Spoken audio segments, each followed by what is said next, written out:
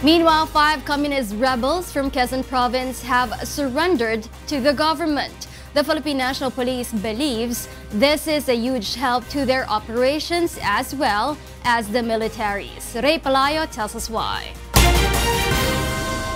5 members of the New People's Army surrendered to authorities in the province of Quezon. They were presented to the media on Tuesday at Camp Vicente Lim in Laguna. According to Philippine National Police Chief Police Director General Oscar Albayalde, the rebels' decision to return to the government is a huge help to the PNP and the Armed Forces of the Philippines in their operations to track the rest of the rebels in the field. Sila rin ang tutulong sa atin para po matigil na rin yung mga ibang kasamaan nila na gumagawa pa ng hindi maganda sa lugar nila. Marami naman pong nag-surrender sa atin na hanggang ngayon naman ay buhay at nagbagong buhay at nasa magandang kalagayan.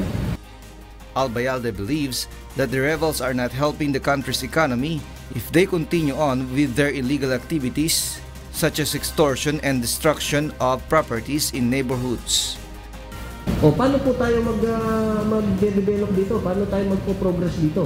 Kung every time na may ginagawa ang gobyerno, no, na development doon sa lugar na yon, sinusunog. Walang gustong kumuha na kontraktor. Kasi masisira at malulugi lang siya, masusunog yung kanilang mga ano. So, anong mangyayari doon sa lugar na yon? It will remain poor. Yun ang kasing gusto nila, it will remain poor.